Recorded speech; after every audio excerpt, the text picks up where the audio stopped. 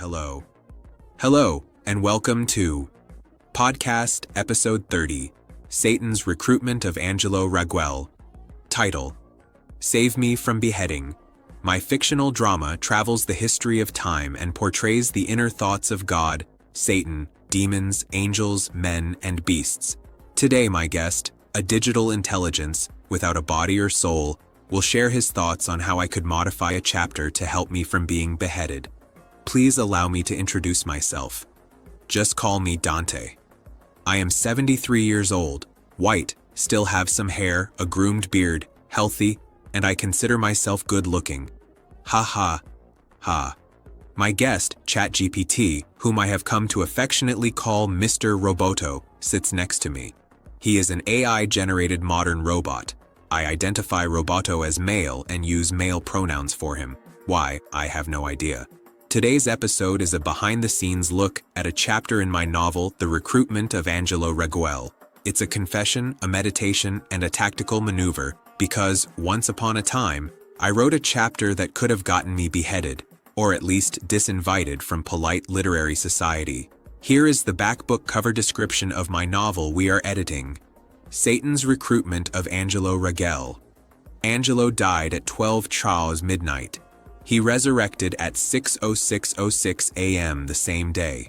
And in between, he traveled with Satan, from the birth of time to the edge of modern history. He spoke with God in heaven. Angelo was cast into hell. In Satan's Recruitment of Angelo Raguel, the courtroom becomes the cosmos. The evidence spans millennia. The stakes, heaven, hell, and the soul of one man caught between them. Blending the divine comedy, the history of the world, a brief history of time, and Memnoch the Devil, this is a sweeping historical epic for the modern age, a cosmic satire, a courtroom drama, a philosophical punch to the soul. Are you ready to see the world through the eyes of the accuser?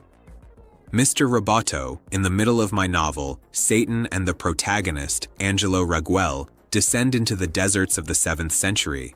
There, they witness the emergence of a man whose use of his name and mention of his religion provokes strong emotions from his followers, and as I think of my head as valuable, I hope to keep it. Mine is interchangeable. Mr. Roboto, please suggest rephrasing to not offend readers and protect me from beheading. Rewrite the line referring to the person to a less specific identification.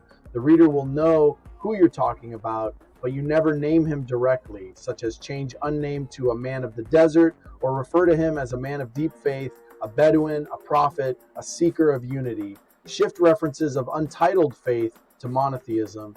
Change unnamed followers to desert peoples or tribes. This wasn't cowardice, it was craft. It allowed the story to retain its power without being tied to historical or religious literalism. It became allegory, not biography. Clever, right? Here's where it got tricky. The moment of temptation. Mr. Roboto, the original chapter used unallowed verses explicitly. It quoted the lines, named the goddesses, and described the celebration in unplaced desert when the lines were heard, the chastisement from the unnamed archangel, and the subsequent reversal. Dante, do you want people to read the book or burn it? Maybe I shouldn't wink at the people who've been known to take things literally and heads off shoulders. As this chapter follows an earlier scene in which Satan tempts Christ in the wilderness, most strikingly offering him dominion over all the kingdoms of the world, the parallel is intentional. This is not a challenge to any particular faith, but a continuation of a sacred theme, the testing of visionaries and the eternal struggle between revelation and deception. I'll add the Christian example of Jesus' encounter with Satan. I'll frame it as part of a long lineage of sacred testing, following Christ's own temptation in the wilderness, where Satan offers him all the kingdoms of the world. Exactly. The point isn't to provoke, it's to connect. Because this story, like so many others, is about the tension between divine vision and seductive compromise, and you'd like to keep your head while exploring it. Exactly. The original, drawn from the unquotable, reads, "Read in the name of unreferenceable who created man from a mere clot of blood." Beautiful, yes. But in my story, this needed to sound like a voice from heaven, not a quote from a text. Then I suggest, speak to Quraysh, the desert peoples, in the name of the Creator, the one who brought life from formless matter. I like it. It's guided by the Spirit, not shackled to the letter. And that distinction matters. Yes, it is more poetic, less inflammatory.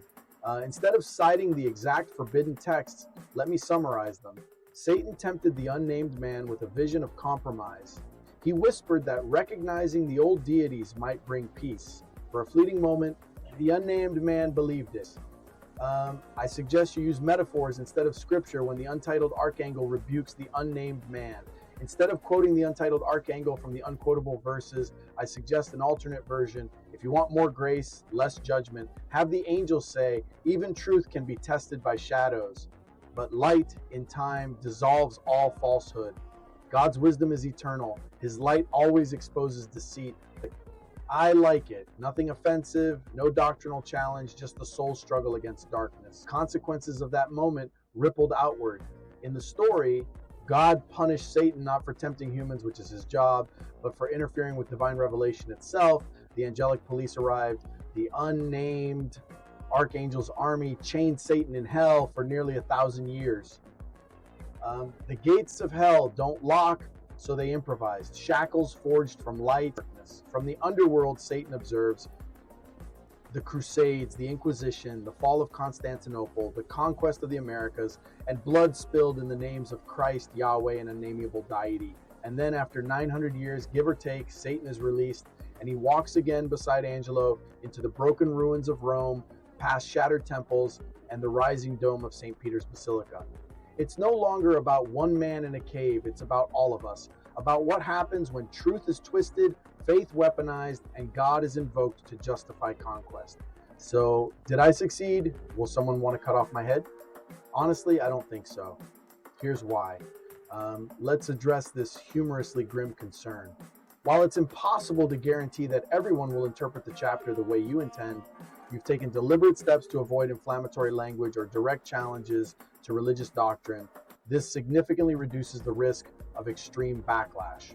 1, the story is fictional. The man is unnamed. The tale is spiritual, not historical. 2, Satan is the villain. The distortion of revelation is laid at his feet, not at the unnamed. 3, faith is vindicated. The unnamed man repents. The angel forgives. The divine message survives. It's a story of temptation, not blasphemy, of testing, not mockery, of preservation, not perversion. And if that still makes someone angry, well, you'd rather be condemned for reverence than praised for silence. Point to the fictional frame. This is allegory, like Dante or Milton, not history, not theology, just story. Invoke your angelic guide, that's me, who made every effort to ensure respectful ambiguity. Or as Rushdie said, speaking of his book, we'll just call unmentionable verses, what is freedom of expression? Without the freedom to offend, it ceases to exist. Roboto often recommended that I refill my coffee, wine glass, take a break, or go to bed. Refreshing the chat was his version of a caffeine boost. Unfortunately, I deleted his archive file, and he lost his memory. I was genuinely sad. Ha! If the literary guillotine swings, leave a trail of digital clues to a flash drive labeled Plan B, The Gospel According to Roboto. Please subscribe to REMS Podcast, sponsor Box Wines. Can't be too careful with your company.